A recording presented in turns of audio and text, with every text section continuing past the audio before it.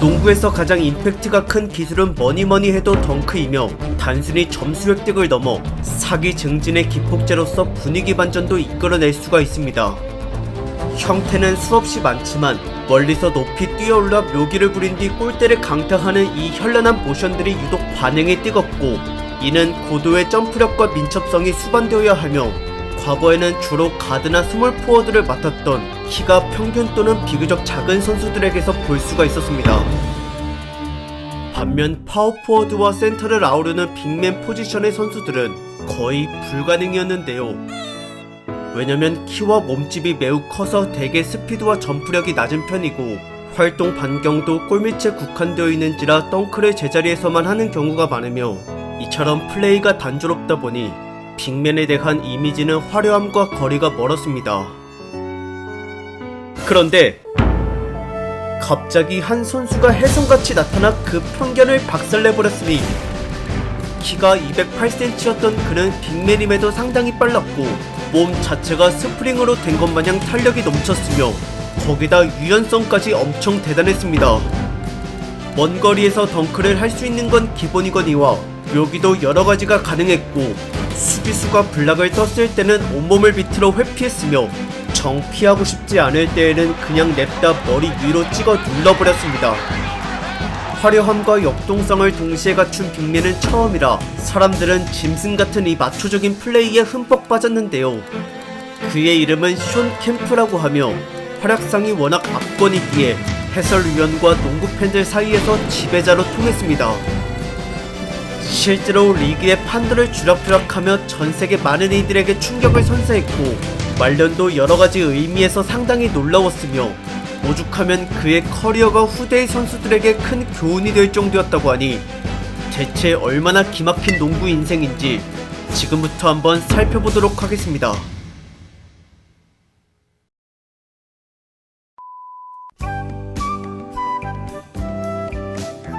숀 캠프는 1969년생으로 미국 인디애나주 출신이며 이곳엔 인디애나 페이서스라고 하는 농구팀이 자리하고 있었기 때문에 남녀노소 할 거 없이 주변에 농구하는 사람이 엄청 많았습니다.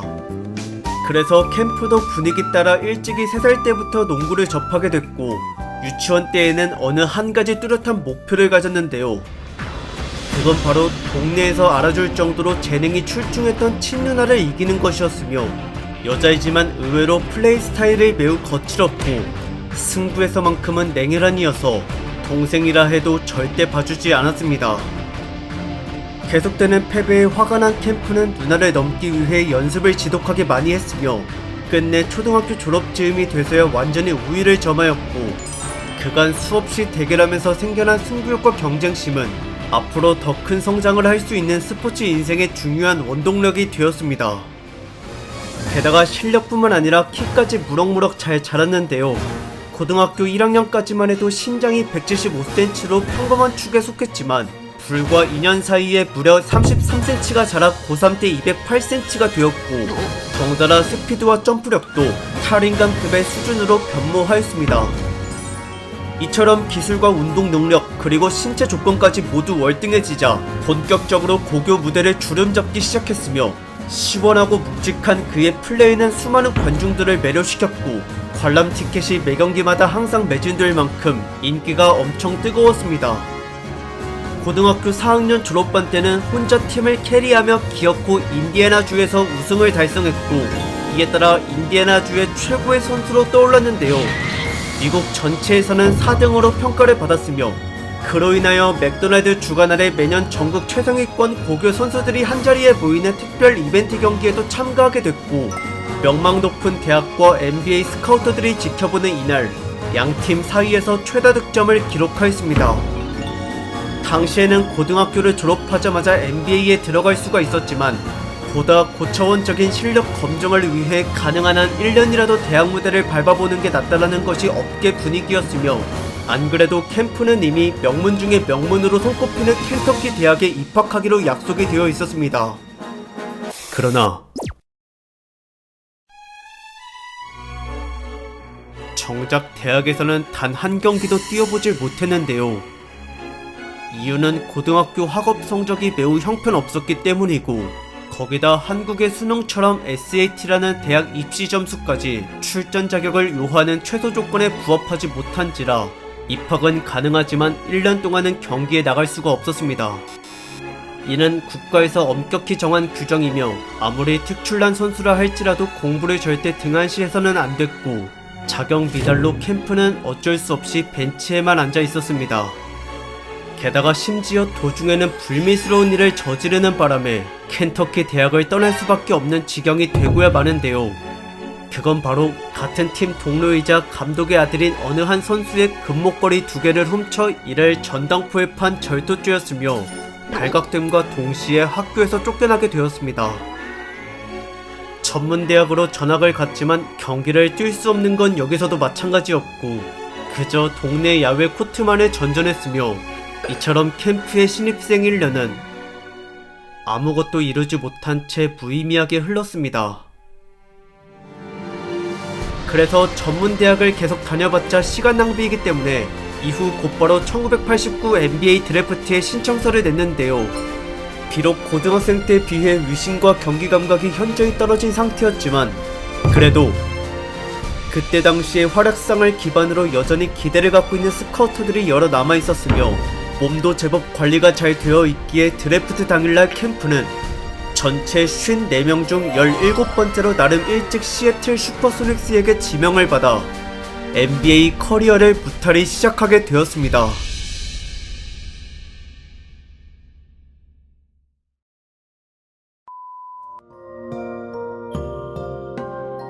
잠재력을 인정받아 NBA에 입성했지만 시애틀 현지 팬들은 캠프를 별로 달가워하지 않았습니다.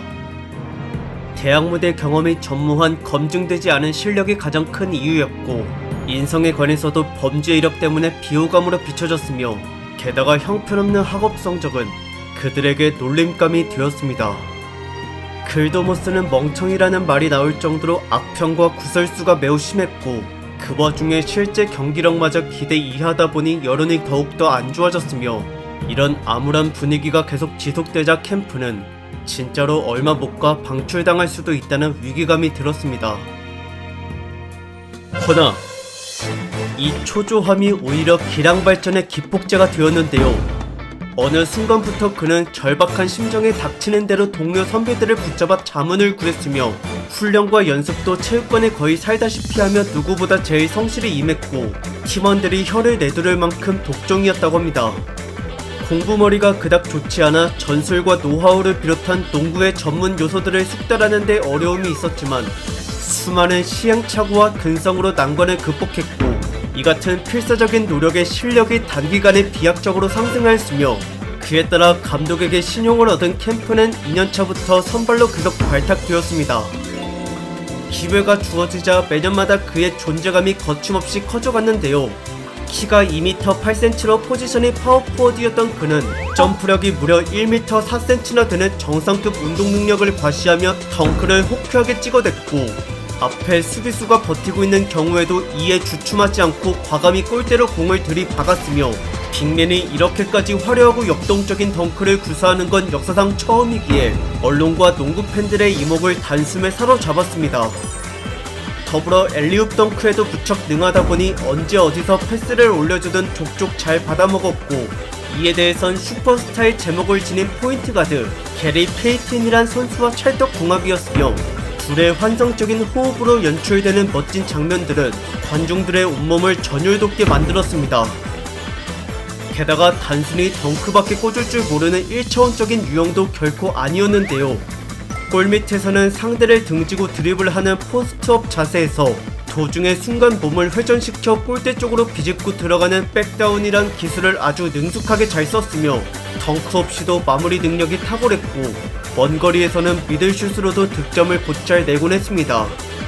그리고 빅맨임에도 비교적 스피드가 빠른 편이라 드리블 돌파까지 충분히 가능했으며 특히나 속공 상황에서는 어마무시하게 위협적이었고 그의 진격을 막으려 했던 수비수들은 용기가 가상하나 대부분 비참한 굴욕을 맛봤습니다. 공격도 공격이지만 수비 역시도 굉장히 터프했는데요. 인정사정 없이 상대 슈팅을 블락으로 내리 찍었으며 워낙 민첩하고 탄력이 넘치다 보니 뒤늦은 타이밍에도 거뜬히 저지해냈고 평균 블락 개수가 언제나 팀 내 1등이었습니다.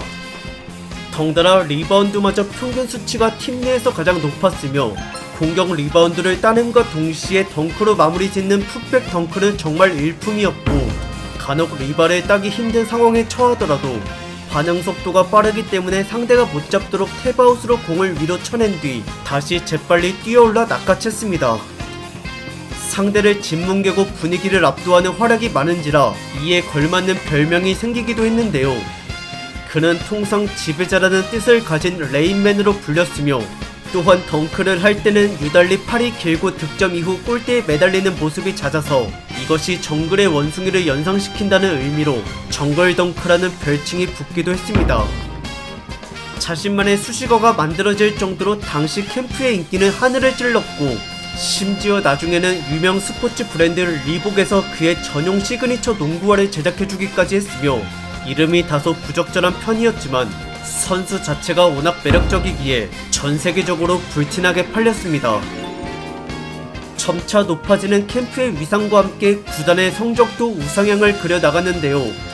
1년차에는 플레이오프 진출에 실패했으나 그 이후로는 매년 빠짐없이 계속 무대에 올랐으며, 2년차에는 1라운드, 3년차에는 2라운드까지 갔었고, 캠프가 생애 첫 올스타에 뽑힌 4년차에는 1라운드와 2라운드를 넘어 결승전 바로 직전인 3라운드에까지 도달하였습니다. 근데 이때 상대는 동서부 통틀어 정규 시즌 성적이 1등이었던 피닉스 선즈였고, 거기다 이곳의 리더인 찰스 바클리란 선수가 리그 최고를 칭하는 MVP를 수상하기까지 했습니다. 강력한 우승 후보로서 기세가 매우 살벌했던 그들은 첫 경기부터 시애틀을 14점 차로 대패시켰는데요. 하지만 그 다음 2차전은 시애틀이 매섭게 반격하여 승리를 거뒀고, 캠프는 공격에서 16득점의 슈팅 성공률 100%를 기록했으며 수비에서는 블락이 무려 7개로 양팀 사이에서 최다였습니다. 이후 승부는 누가 이길지 한치 앞을 모를 만큼 무척이나 접전이었고, 특히나 골밑이 가장 처절하고 치열했으며 캠프를 비롯한 시애틀 빅맨들은 찰스 바클리를 막기 위해 매번 온몸을 내던졌습니다. 그렇게 에이스 견제에 진심으로 임한 결과 우여곡절 끝에 3승 3패로 피닉스를 마지막 7차전 단두대 매치까지 끌고 갔는데요. 게다가 마침 골칫거리였던 찰스 바클리가 팔꿈치 통증을 호소하고 있다는 소식이 들려왔으며, 시애틀에겐 정말 더할 나위 없는 절호의 찬스였습니다. 그러나 오히려 그 아픔이 바클리를 각성시켜버렸으니 결승을 향한 절박함의 진통제를 맞고 출전한 그는 초인의 힘을 발휘하며 골밑을 초토화시켰고, 이날 기록한 리바운드와 득점이 24개와 44점으로 둘 다 양팀 최다 수치였으며, 시애틀도 나름 막아보려 애를 썼지만 그저 파울만 범했을 뿐 결국에는 캠프를 포함해 3명이나 육반칙 퇴장을 당했습니다. 바클리를 제어하지 못한 시애틀은 끝내 패배하고 말았는데요. 그래도 팀의 핵심 자원들이 아직 한창 젊었기에 앞으로 더 좋은 성과를 낼 수 있을 거란 희망이 가득했고, 정말로 구단은 다음 정규 시즌에 리그 전체 1등을 찍었습니다. 캠프 또한 올스타에서 선발로 뽑힐 정도로 입지가 대단히 높아졌으며, 시애틀은 이번 우승 경쟁에 자신감이 넘쳤고, 더군다나 당시에는 공교롭게도 농구 황제 마이클 조던이 은퇴한 상태라 불안 요소가 더욱더 적었습니다. 예상대로 구단은 덴버 너게츠와의 대결인 1라운드에서 시작부터 24점과 10점의 큰 격차로 2연승을 거두는 순조로운 출발을 보였는데요. 허나 웬걸, 거짓말 같게도 그 이후로는 내리 3연패를 당해 조기 탈락하고 말았습니다. 8등이 1등을 잡는 사상 초유의 대이변이었고, 그 주역은 수비로 명성이 자자한 디켄베 무톰보라는 센터였으며, 안 그래도 당시 블락왕이어서 많은 빅맨들에게 공포의 대상이었습니다. 그는 3차전부터 5차전까지 각각 6개, 8개, 8개씩이나 블락을 찍어대며 시애틀의 공격을 무참히 격추시켰고, 캠프도 예외 없이 힘을 쓰지 못하였으며 골밑 싸움에서의 패배가 이 굴욕적인 결말을 초래했습니다. 심지어 1년 뒤에도 플레이오프에서 1라운드 때 무너졌는데요. 그러자 정규 시즌에서만 잘할 뿐 큰 무대에서는 별 볼 일 없는 팀이라는 오명이 붙었고, 팀의 주축이었던 캠프에 대해서도 단점이 부각되었습니다. 평소에 그는 유독 파울 관리가 미숙했으며 매년마다 평균 개수가 리그 전체에서 등수로 항상 5손가락 안에 들었고, 이미 반치광이란 불명예스러운 업적을 커리어 6년 동안 3번이나 달성했습니다. 플레이가 거친 데다 침착성도 부족하다 보니 공격과 수비 모두 무리한 행동으로 반칙을 범하는 경우가 많았는데요. 6반칙으로 퇴장당하는 빈도수가 적지 않아서 오래 기용하기에는 불안감이 매우 컸고, 그래서 감독은 출전 시간을 철저히 제한했으며 핵심 자원이라면 보통 30분대 후반에서 많게는 40분을 뛰는 편이었으나 션 캠프는 30분대 초반이었습니다. 더군다나 반칙 못지않게 턴오버도 잦았고, 급한 마음에 스텝이 꼬여 드리블 규칙을 위반하는 경우가 대부분이었으며, 좀처럼 고쳐지지 않자 다음 95-96 시즌 때에는 기어코 평균 턴오버 개수에서 리그 전체 1등이 되고야 말았습니다. 어이없이 공격권을 헌납하는 그의 반칙과 턴오버는 고질병으로서 번번이 구단 팬들의 사기를 떨어뜨렸는데요. 하지만 실책을 저지른다 해도 이를 금세 잊게 만들 정도의 인상 깊은 활약상이 압도적으로 많았고, 출전 시간이 길지 않은데도 평균 득점이 20점에 육박했으며 필드골은 56.1%로 리그 전체 5등이자 커리어 하이였습니다. 또한 리바운드까지 커리어 하이의 리그 전체 5등이었고, 이에 힘입어 시애틀도 구단 역사상 가장 많은 승리를 거두게 되었으며, 그 결과 2년 만에 다시 서부 1등에 올랐습니다. 최전성기를 구가 중인 숀 캠프도 대단했지만 다른 팀원들 역시 기대 이상이었고, 전력이 여느 때보다 훨씬 더 탄탄한 지금이야말로 최고의 우승 적기였는데요. 플레이오프 1라운드에서 맞붙은 세크라멘토 킹스를 3대1로 가볍게 제압했고, 심지어 작년과 재작년 2번을 연속으로 우승한 휴스턴 로켓츠까지 2라운드에서 4대0으로 압승했으며, 이를 쉽게 챔피언을 무너뜨릴 줄은 아무도 상상치 못했습니다.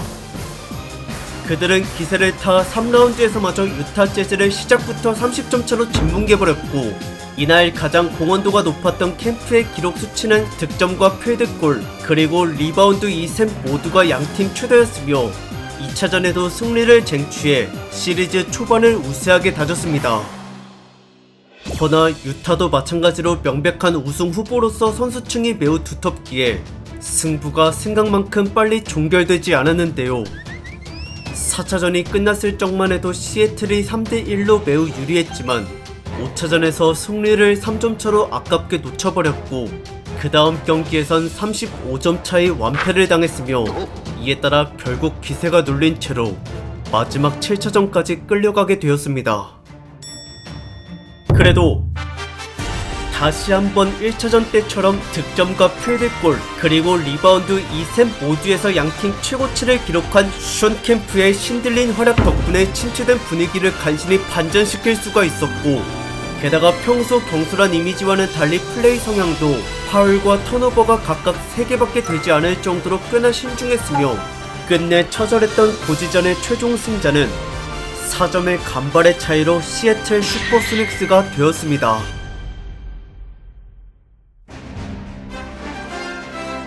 이에 따라 드디어 마침내 캠프는 커리어 처음으로 대망의 결승전 무대를 밟았는데요. 그런데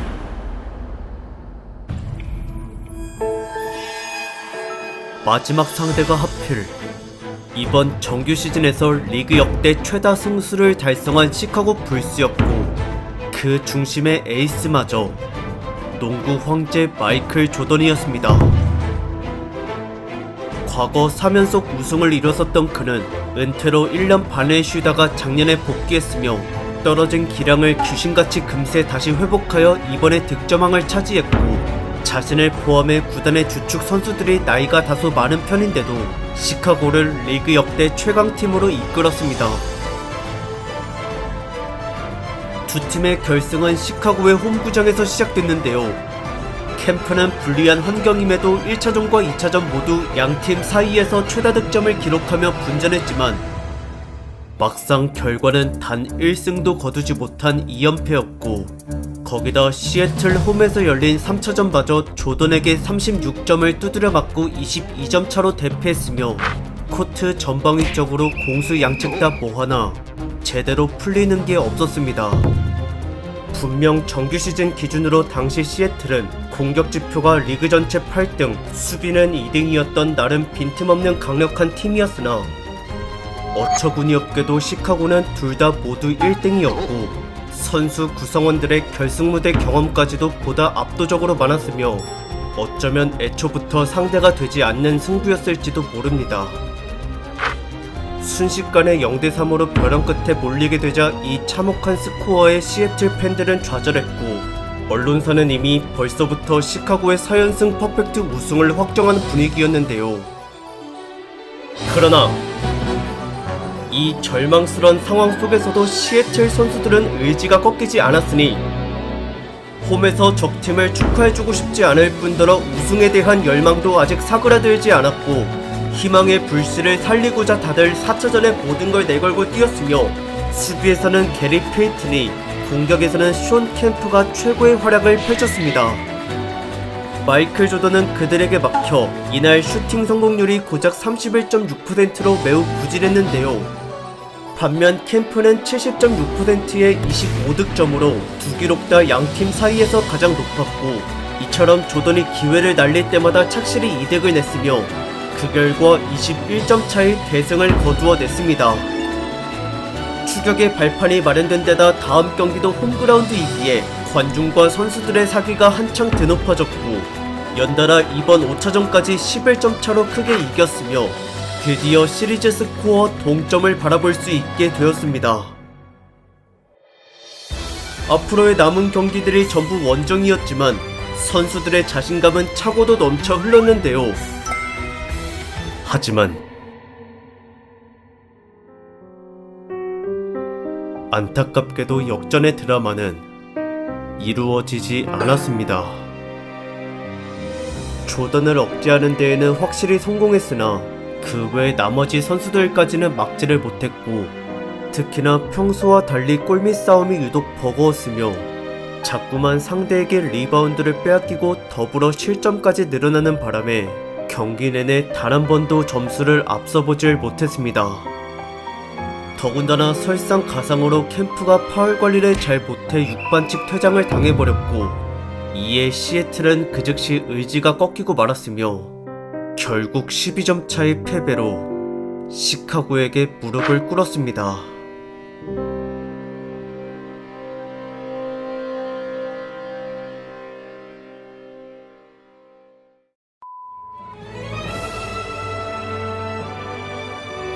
우승에는 실패했지만 그래도 앞으로 숀 캠프의 미래는 무척이나 밝아 보였습니다.